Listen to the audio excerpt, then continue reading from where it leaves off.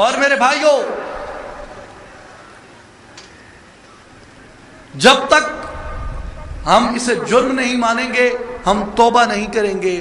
جب تک ہم توبہ نہیں کریں گے اللہ ہمارا یہ ظلم نہیں بخشے گا.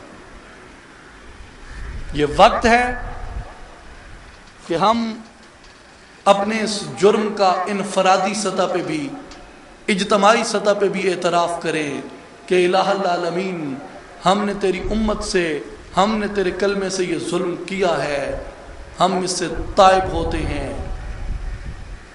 یہ ہمیں اجتماعی طور پہ بھی اور انفرادی طور پہ بھی ہمیں اس جرم کا اقرار کرنا ہے اور اللہ کی بارگاہ سے اس کی معافی طلب کرنی ہے. کسی سے مت ڈریں، کسی سے مت گھبرائیں. اللہ کا دین سر بلند رہنا ہے، سر بلند رہے گا. یہ فتنے یہ اٹھتے بھی رہے ہیں، دبتے بھی رہے ہیں، مگر 21ویں صدی کا سورج اسلام کی سر بلندی اور ملت کی یکجہتی کے ساتھ طلوع ہوا ہے. یہ قرون وسطیٰ کے پیدا کیے ہوئے فساد اللہ کے فضل و کرم سے آپ دیکھیں گے کہ یہ مٹ جائیں گے، مگر اس شرط پہ کہ ہم اس ظلم سے باز آ جائیں، کیونکہ اللہ ظالم بستیوں کو ہلاک کر دیتا ہے. اب آئیں اس آیت کے دوسرے حصے کی طرف.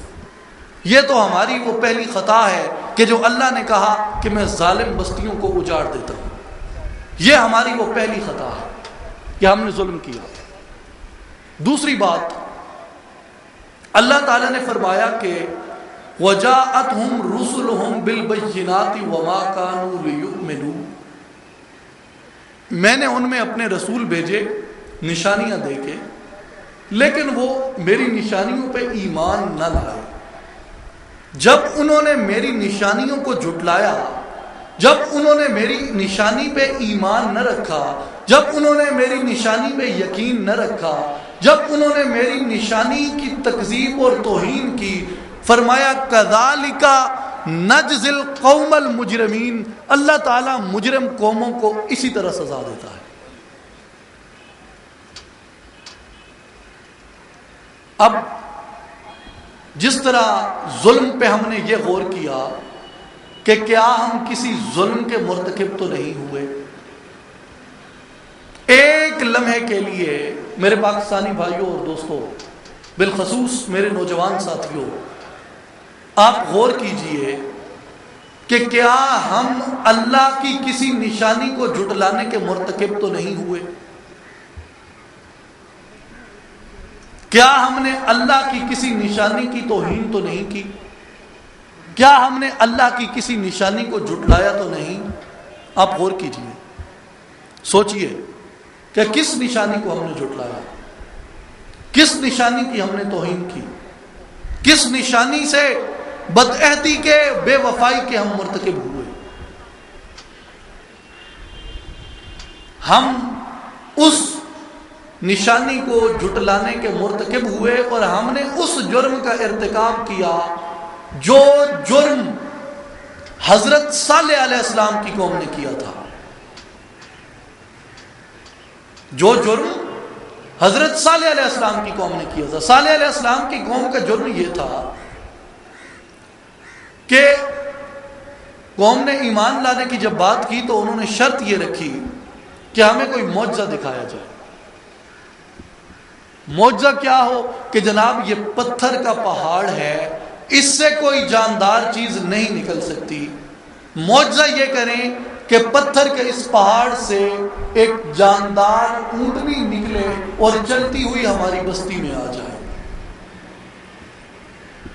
اللہ کے نبی نے، اللہ کے پیغمبر نے، اللہ کے رسول نے ہاتھ اٹھائے، دعا کی اور معجزہ رونما ہوا کہ پتھر کا پہاڑ جس سے کسی جاندار کا نکلنا ناممکن تھا، اس پتھر کے پہاڑ سے اونٹنی نکلی اور چلتی ہوئی بستی میں آ گئی.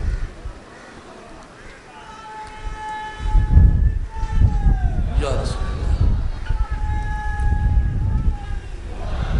جب وہ اونٹنی اونٹنی آ گئی تو اللہ تعالیٰ نے اس پہ کچھ شرائط مقرر کر دی کہ اب اس اونٹنی کی توہین نہیں ہونی چاہیے، اس کے ادب کے تقاضے پورے رہنے چاہیے، اور پھر اس کے ساتھ ساتھ کچھ اور بھی شرائط تھیں، کچھ پانی کی، کچھ کنویں کی، وہ بھی اللہ تعالیٰ نے مقرر کی۔ جب اس قوم نے اپنی بد نصیبی کو آواز دی تو یوں بلایا اپنی بدقسمتی اور اپنی بد نصیبی کو اور اللہ کے عذاب کو کہ اس قوم کے کچھ افراد نے پہلے اس اونٹنی کی ٹانگ کاٹ دی، پھر اس اونٹنی کو قتل کر دیا۔ جب اس اونٹنی کی ٹانگ کاٹ کے اسے قتل کیا گیا، اللہ کی نشانی کو جھٹلایا گیا، اللہ کی نشانی کی توہین ہوئی، اللہ کی نشانی سے بدعہدی ہوئی، اللہ کی نشانی سے بے وفائی ہوئی، اللہ نے اس قوم پہ زلزلہ طاری کیا، اس قوم کو پلٹ کے رکھ دیا، اس قوم کو ہلاک کر دیا، اس قوم کو برباد کر دیا۔ وہ قوم مردہ حالت میں عہدے منہ وہاں اس پہ پڑی تھی، اللہ نے ان کے نشان مٹا دیے، اللہ نے ان کے آثار مٹا دیے، اللہ نے ان کی بستی کو ہلاک و برباد کر دیا۔ کیوں کہ اس قوم نے حضرت صالح کی اس اونٹنی کو جھٹلایا، اللہ کی نشانی پہ ایمان نہ لایا اور اللہ کی نشانی کی تکذیب کی۔ اسی طرح جب ہم اپنے اس جرم کی طرف دیکھیں کہ کیا ہم نے تو کوئی ایسا جرم نہیں کیا کہ ہم نے اللہ کی کسی نشانی کو جھٹلایا ہو، تو آپ دیکھیں قوم سمود نے، حضرت صالح کی قوم نے حضرت صالح کی اس اونٹنی کی جب توہین کی تو اللہ نے اس قوم کو برباد کر دیا۔ میرے پاکستانی بھائیوں اور بزرگوں، ہم نے بھی یہی ظلم کیا جو قوم سمود نے کیا کہ ہمیں اللہ تعالیٰ نے ایک نشانی عطا کی، ہمیں اللہ تعالیٰ نے ایک تحفہ عطا کیا، وہ تحفہ جو اللہ کے ولی، ایک مرد کامل، ایک عارف کامل کا خواب تھا، اور اس خواب کی تعبیر وہ حضرت صالح کی اس اونٹنی کی طرح رونما ہوتی ہے کہ مسلمانان ہند یہ سوچ نہیں سکتے تھے کہ فرنگی سامراج کے پہاڑ سے یا گاندھی سامراج کے پہاڑ سے ہمیں کوئی آزاد اسلامی مملکت مل سکتی ہے، لیکن وہی معجزہ رونما ہوا جو قوم سمود میں رونما ہوا۔ وہاں وہ اونٹنی ایک پہاڑ کو چیر کے نکلتی ہے، یہاں یہ پاکستان یہ دو پہاڑوں کو چیر کے نکل آیا۔ یہ پاکستان اللہ کی نشانی ہے اور حضرت صالح کی اونٹنی ہے، لیکن ہم اس کے ساتھ اسی بدعہدی کے مرتکب ہوئے جو بدعہدی قوم سمود نے اس اونٹنی سے کی تھی۔ پہلے اس کی ٹانگ کاٹی اور پھر اسے قتل کر دیا۔ ہم نے بھی اسی ملک کی اسی طرح توہین کی کہ ہم نے پہلے اس کے ایک حصے کو کاٹ کے الگ کر دیا اور دوسرے حصے کے استحکام کے ہم درپے ہو گئے۔ اور یہ وہ جرم ہے کہ اللہ تعالیٰ نے قرآن میں بارہا کہا، کئی مقامات پہ کہا کہ میری نشانیوں کو جھٹلاؤ گے تو ہلاک کر دیے جاؤ گے۔ والذین کذبوا بآیاتنا، جو میری نشانیوں کو جھٹلاتے ہیں، سنستدرجہم من حیث لا یعلمون، میں انہیں ادھر سے پکڑتا ہوں جدھر سے وہ بے خبر ہوتے ہیں، انہیں ہلاک کر دیتا ہوں، انہیں برباد کر دیتا ہوں، کیونکہ وہ میری نشانی کو جھٹلاتے ہیں اور میں اپنی نشانی کی توہین برداشت نہیں کرتا۔ وبالبینات وما كانوا ليؤمنوا، جو میری نشانیوں پہ ایمان نہیں لاتے، كذلك نجزي القوم المجرمين، میں مجرم قوموں کو اسی طرح بدلہ لیتا ہوں۔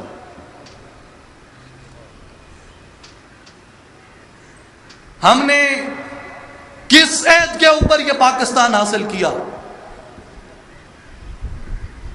کس عہد پہ ہم نے یہ پاکستان بنایا؟ کس عہد پہ میرے اور آپ کے بزرگ اس کی تحریک میں شامل ہوئے؟